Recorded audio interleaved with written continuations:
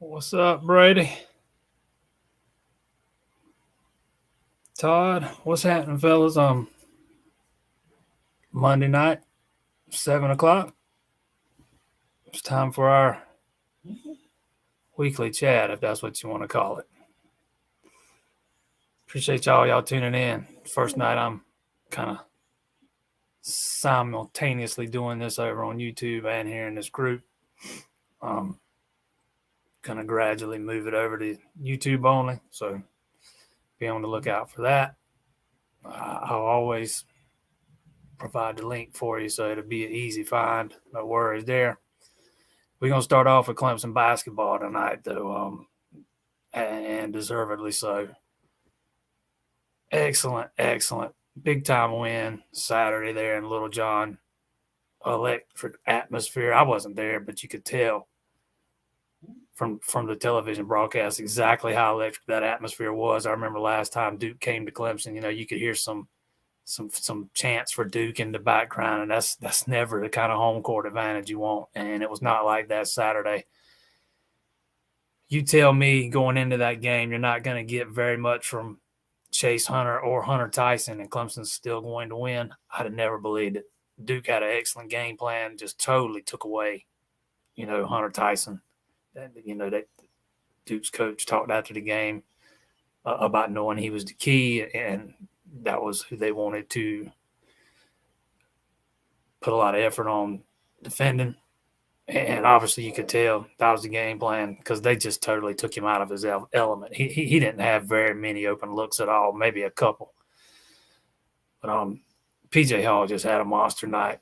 I mean, it looks like he's finally getting to 100%. If he's there now, he hasn't been there long. He hurt that knee back in the offseason, but it looks like he's getting there now. If he's not already, he's pretty close. But, there's a couple other guys that have big games too. Ian Shefflin just played his rear end off in that game. And you're not going to look at the box score and see he had this gigantic game numbers-wise. But, man, he was banging bodies down low. He was getting rebounds. I mean, he was scoring in the paint when needing to. Brevin Galloway stepped up big time.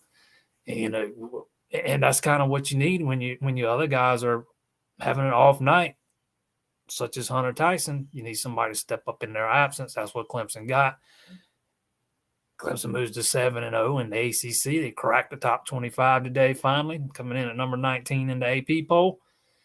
Probably should have been ranked a week ago. I thought they'd have been 21st, 22nd, 23rd, something like that. Turns out I think they were 27th maybe, but I think they did finally move inside the top 50 of the net rankings today. Last I checked, they had moved up 5 spots to 48, 49.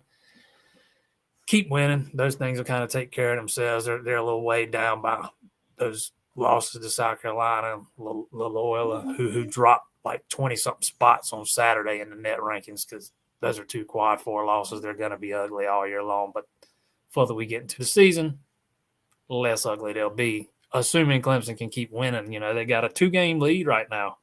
There's a logjam of teams right behind them. With 2 losses, Clemson's unbeaten in league play. And one of those teams 2 games behind them is Wake Forest. Clemson goes to Wake Forest Tuesday night. So another big game, another road game. Clemson's been playing well on the road. We'll see if they can keep it up. Then they return home and play Virginia Tech on Saturday. Tech's kind of down closer to the bottom of the ACC standings than the top of the ACC standings. But we'll talk about that one when we get closer to it. Wake Forest up next. That's the game Tuesday night. That's the game you should be focused on. Not easy to win road games in the ACC, and Clemson's been doing it so far. They've played really well on the road since they opened league play.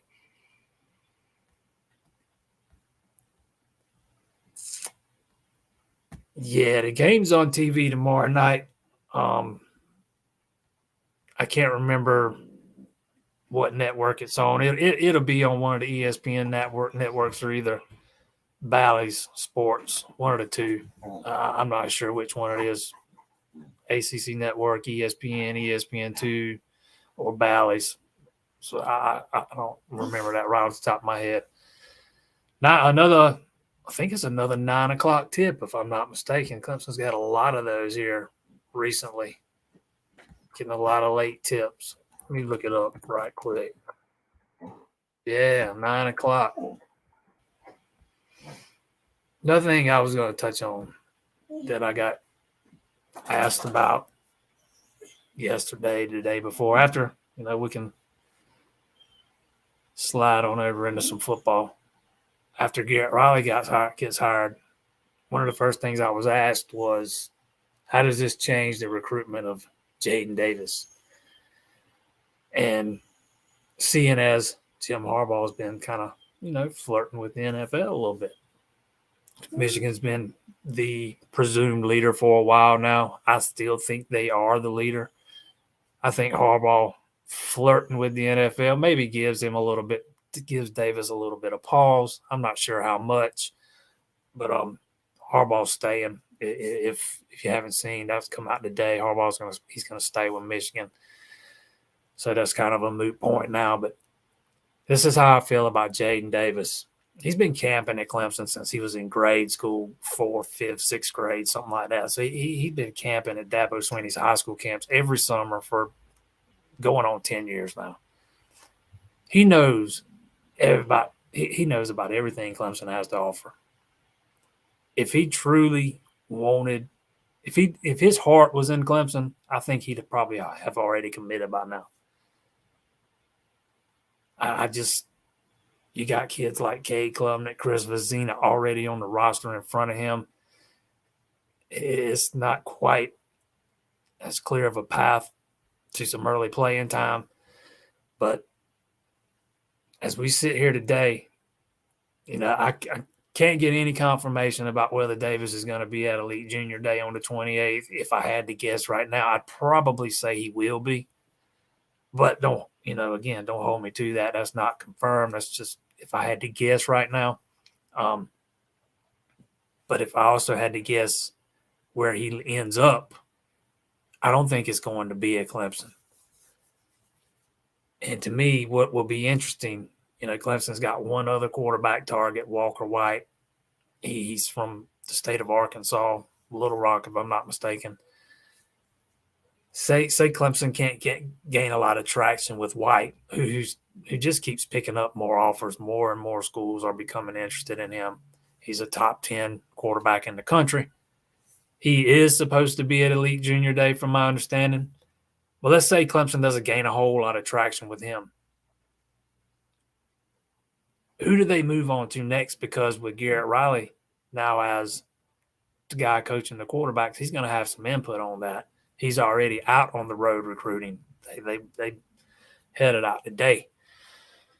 So it'll be interesting to see. Jake Merklinger is a guy I've always said, is a name to keep in the back of your mind as a potential offer in the future.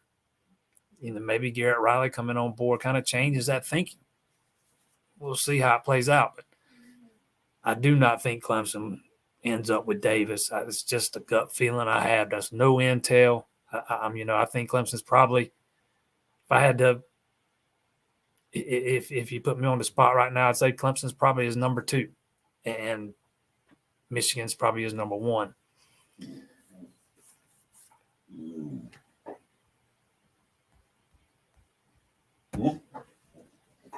Yeah, I don't think it's got anything to do with him about being scared. I think that, guys in front of you are just one of many factors that plays into it. I just don't think his heart's in Clemson. If it was, I think he'd already have been committed by now.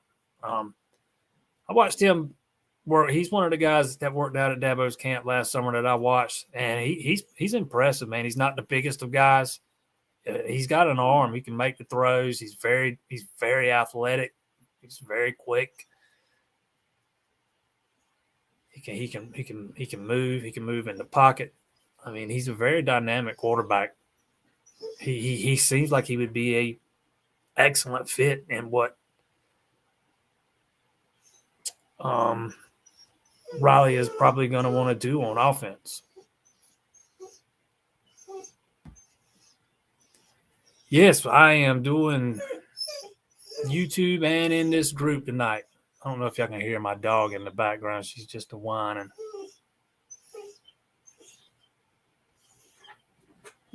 But if you want to watch on YouTube, I'm going to move it over there exclusively over the next 2-3 weeks. It's at our website's YouTube channel, All Clemson. It is streaming there. I got the link in this group pinned at the top.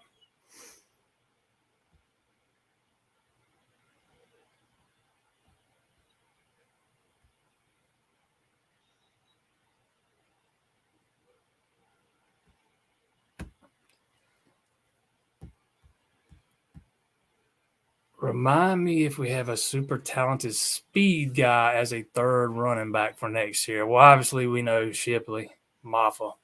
The third guy is probably going to be Dominique Thomas, and he's not what I would call a burner. Behind him, Keith Adams Jr., he's not what I would call a burner. I think Clemson brought in some speed with Jay Haynes. He's a true freshman. Probably will redshirt this year. Or I think that's an extreme, a definite possibility that he'll redshirt. I think he needs to add a little bulk. But he's got some wheels on him. He needs to add a little bulk. The key to him will be adding that weight and not losing his quickness, his burst. I'm not saying he's got elite levels of speed, but he's got some wheels. He can move. Other running backs, Jarvis Green, he's not the fastest of guys either. But if you go back and watch him, he's a very well-rounded back. He can run between the tackles. He can break it off around the outside. He can catch it out of the backfield. I think he's a very good complementary back. A lot of people like to refer to him as scat backs, third down backs, whatever you want to call it. I think that's his ceiling at worst. I think he can probably be more than that. But at worst, that's his, he's a very good complementary guy. And if you go back and watch his film at Dutch Ford, he does nothing but make plays. Over 2,000 rushing yards last year. They won a state title. I think he had over 500 receiving yards too. So he do a little bit of everything. We'll see. I would not expect both of those guys to redshirt. We'll see. We'll see if one of them can avoid a redshirt.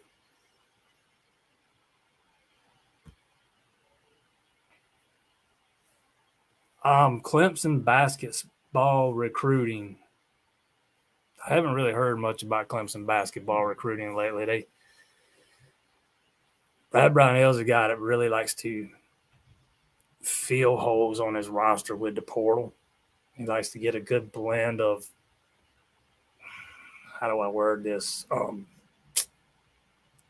Guys he's recruited through the high school ranks who aren't quite as experienced yet as you'd like them to be, and mix them with a couple of experienced guys out of the portal. He's had some success finding some guys out of the portal, but as far as strictly high school guys, I can't even tell you who they've got.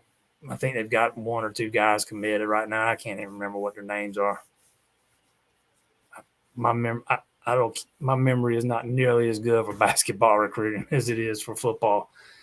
I don't get asked about basketball recruiting very often. Ask me that again next week. I'll have the answer for you. I'll make sure I have the answer for you.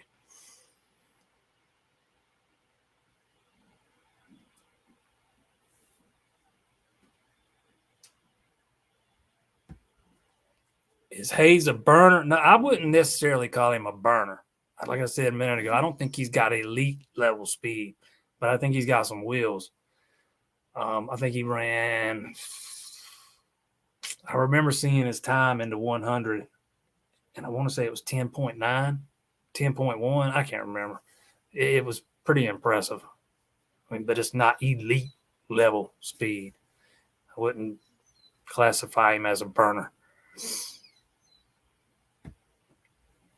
Absolutely. I went down the list, Mr. Cranford. I saw your grandson's name on the list. I absolutely did. Congratulations to him. Matt Cranford, a guy a lot of you might not have heard of on Clemson football team. He's an offensive lineman. I think he just played his last season. If I'm not mistaken, Mr. Cranford can help you out, help me out with that. I know he took part in senior day. Matter of fact, I got some stuff I need to send Mr. Cranford. I keep forgetting about it. How much control do I think Dabo gives Riley? If you're asking me about how much control he gives over the offense, I think he's got the keys to the castle. I think that's probably one of the things that entices him. And this is, to me, this feels like when Dabo hired Chad Morris. He basically gave him full autonomy over the offense. Implement what you want. You calling the plays. It's yours. You do with it what you need to do to make us as successful as we can possibly be. This is what this feels like to me. I'm not saying you won't see Dabo Swinney roaming the sidelines with a play sheet any longer, but I do think this is going to be Garrett Riley's show on the offensive side of the ball.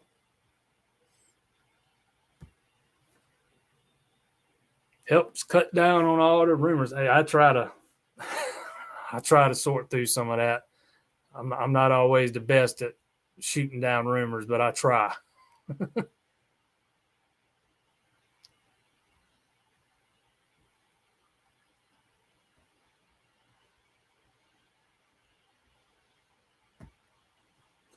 Does Vizina fit what Riley wants to do? I'll tell you this is what I think about Riley. I think Riley has already proven that he will adjust his scheme to fit the pieces on the roster. So to answer your question, yeah, I think Riley will make tweaks if necessary, make tweaks and tailor his offense to fit what Vizina does best whenever that time comes. So that, yeah, I think Vizina will fit well with what Riley wants to do. He can move around in the pocket. I mean, he's not this, he's not this guy that is going to kill you with speed, but he's probably a little quicker than you think he is. He can make some plays with his legs when he needs to. He can get outside the pocket. You can roll him out and all that stuff. But I think Garrett Riley will tailor his offense to fit the strengths of the players on the roster. And I think that is an area that Clemson has lacked in recent years. I think that with DJ, a lot of times they tried to fit a square peg into a round hole. Sammy Brown. I reached out to Sammy the other day, asked him, was he coming to Elite Junior Day? And he wouldn't tell me yes if he was for sure. He's got a wrestling tournament that same day.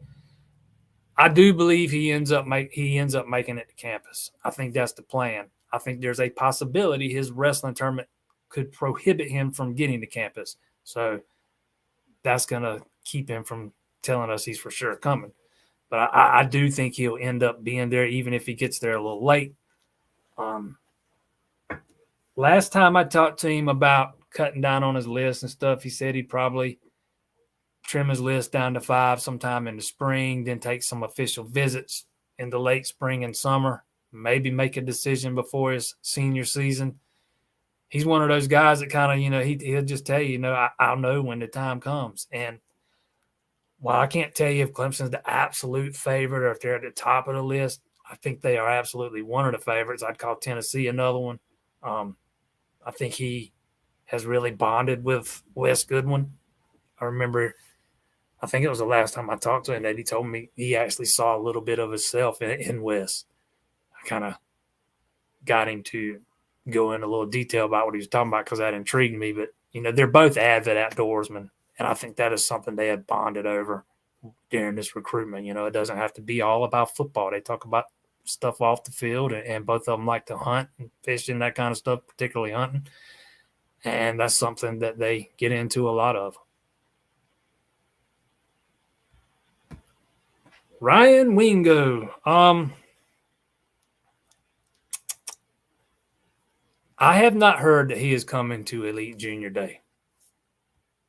Now, that doesn't mean that he will not be there, but I've not heard that he's coming. Actually, you know what? I take that back. I have heard he's not coming.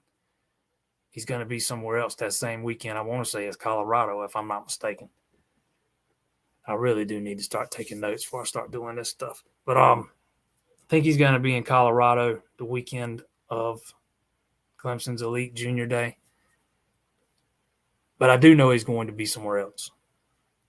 I think Clemson's legit in it. But like Sammy Brown, I wouldn't call them the favorite. I think Tennessee, just like with Sammy Brown, Tennessee's in this thing.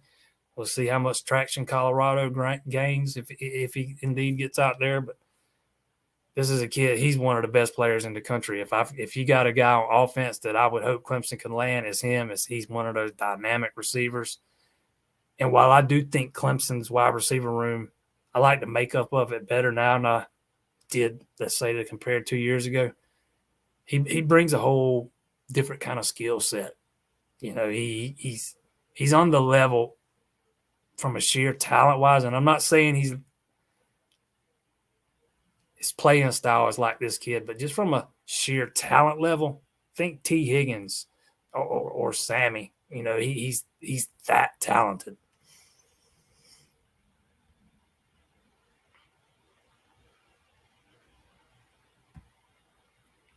Baseball practice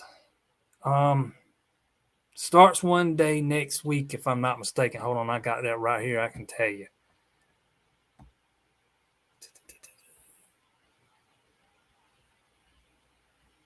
Give me just 1 second.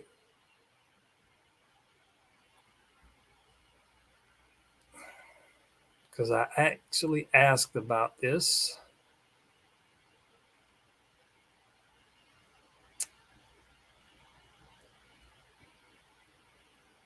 And now I can't find it. Here we go. January 27th is when baseball practice starts. I do not know what the official date of the spring game is yet. It's usually the same weekend of the Masters. So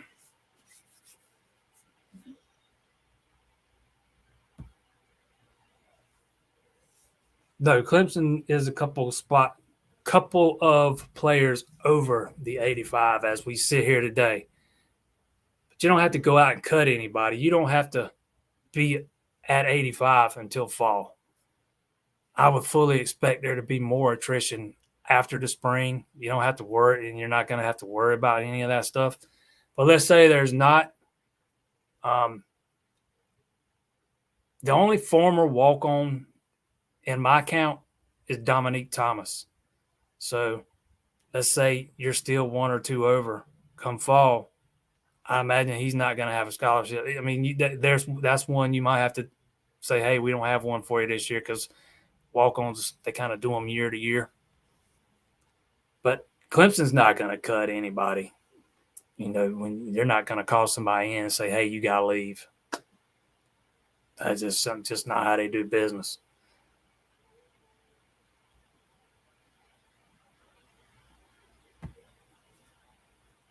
Who is a better recruiter, Riley or Streeter?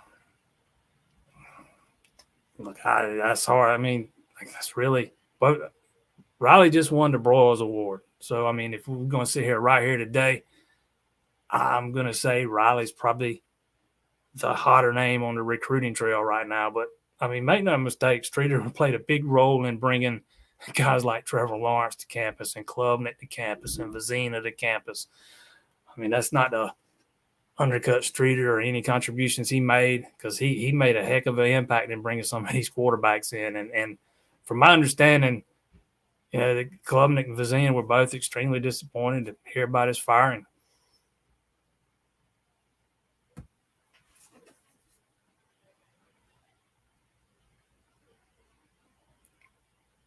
Do I think the change in the ACC will affect recruiting? Do players make decisions based on who they will play or not play? Probably. It's probably minimal. But again, it just depends on different players have different reasons for going to different schools. I'm not going to sit here and tell you a player never goes to an SEC school because it's an SEC school, because that absolutely happens. But I don't think any player is factoring in the ACC going divisionless next year as a big, priority in their recruitment. Now, again, going to the SEC, that does factor in with some guys. Some guys it doesn't. It's just kind of take those things on a case-by-case basis. Yes, I would say Riley's name carries more weight right now. Absolutely. No doubt about it. Did Scott come back or not? Not yet. I've heard nothing new about Jeff Scott. Clemson's coaches are out on the recruiting trail today. Jeff Scott is not one of them. There is not an open spot on the staff for him right now. So if he came back, he'd have to be served like in an analyst role. And I know the report out there is that Scott's coming back to help with recruiting. I don't know exactly how much of a role analysts are going to be able to play in recruiting under the new rules right now.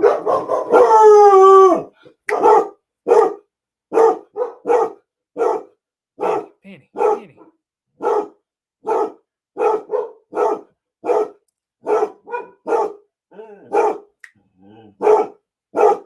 have no idea what she's working at.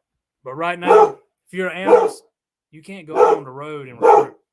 I mean, you can do some things when kids come to campus, but you can't actually go out on the road and recruit. That's it. Go back to sleep. But as far as Scott being back or not, no, he is not back right now. He has been very adamant about taking this season off, matter of fact, publicly. Now, that doesn't mean behind closed doors other things are happening. As we sit here today, Jeff Scott is not an analyst. He is not a member of the coaching staff, and I don't think he's going to be in the immediate future. Now, does that mean he can't come back in the summertime and join as an analyst and have some kind of role through fall camp, through next season? Absolutely. But I just don't know that he's going to be back in time for spring ball. We'll see. I don't know.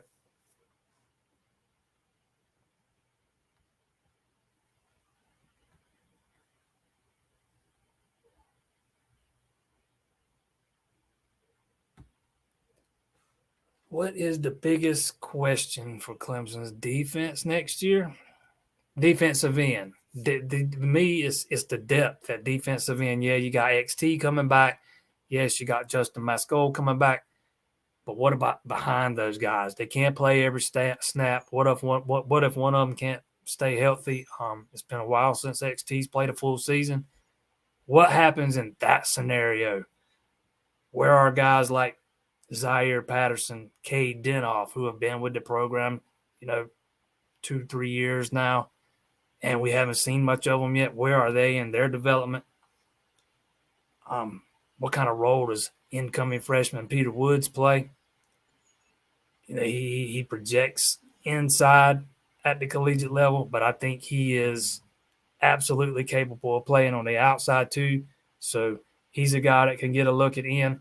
So for me, that is the biggest question, because we know what they're gonna have at corner, we know what they're gonna have at safety, we know what they're gonna have at linebacker.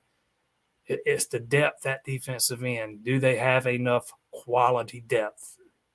They're fine when it comes to the starters, assuming they can stay healthy, which is a big assumption.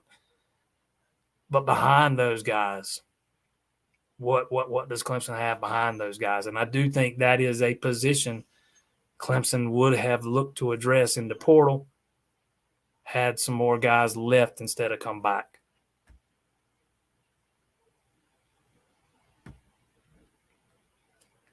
No, man. Penny ain't no Georgia fan. No Georgia fans can live under this roof. No Georgia fans, no South Carolina fans, no Ohio State fan. Probably wouldn't allow no NC State fans either. I could probably learn to live with anything else. Yes, she likes to throw her 2 cents in. Absolutely.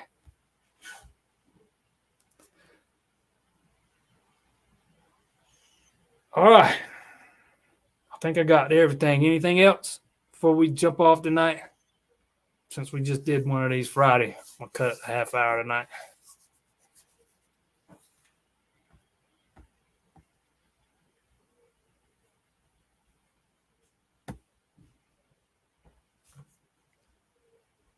All right, here we go. Do any of the incoming freshmen make it to the 2 deep? I can absolutely see Woods making it on the 2 deep. I think Parker, the incoming defensive end, Tamarian Parker is going to have some opportunities. We'll see if he can crack the 2 deep. I think it's a possibility, probably not a probability, but a possibility. I think Noble Johnson's wide receiver. Noble Johnson's going to have some opportunities. He's an early enrollee. Outside of that, maybe one of those linebackers will get some looks as a backup to Wade Woodaz. So we'll see how it plays out. But I think there are 2 or 3 that could absolutely have a shot at cracking the 2 deep. Not a bunch of them, but there are 2 or 3 scattered in there. I think some of those wide receivers are going to have some opportunities. It'd have been better if they could have gotten on campus as early enrollees, Roland Hannafin and Tyler Brown.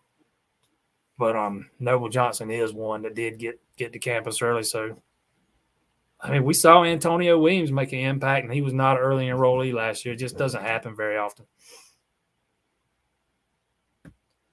Blake Franks, should have touched on him earlier too. He was actually on campus this past weekend. He's actually already met Garrett Riley. They went to the basketball game to win over Duke. Kind of coming down to a Clemson, South Carolina battle. He's going to be at both the junior days because South Carolina's is this coming weekend on the 21st, and Clemson has theirs on the 28th. But this is one where you kind of follow the visits. He's been to Clemson like 5 times since the season started, minimum of 5 times. I think he visited for 4 games and then the visit over the weekend. So I think this is one where you kind of follow the visits. And while I do think South Carolina probably gave him a little bit of something to think about, as we sit here today, middle of January, with him probably announcing a decision in early February, I think Clemson sits in really good shape with him. I would absolutely call them the leader in the clubhouse at the moment.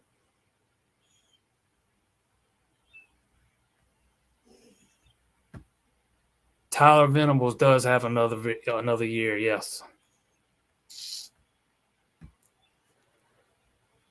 Linebacker depth. It is one of the places where Clemson is not quite as deep as they'd like to be.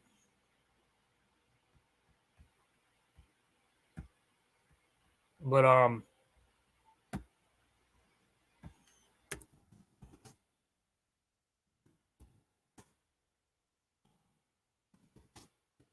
you can stay healthy there. Got to be okay. Do I think Wade Woodaz, his brother, will get an offer? If I had to guess, absolutely. Talked to both of them. Talked to Wade a little bit about his little brother coming to Clemson after the Orange Bowl. Talked to Drew last week one day, maybe the week before last.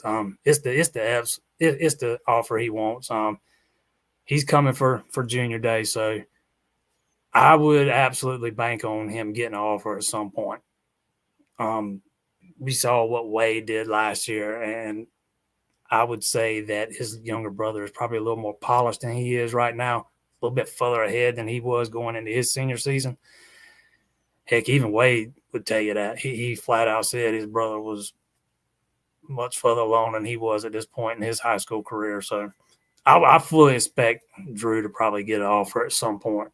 Again, he'll be here for junior day.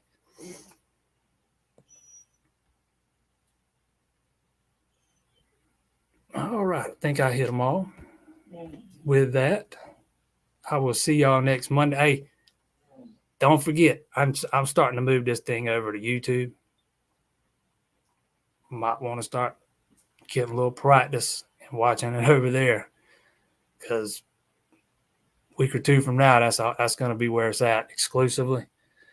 Not saying the link won't be in the group, but the actual live feed won't. But I'll always provide the link for you. No worries there. As always, appreciate all y'all tuning in, and I will see y'all again next Monday.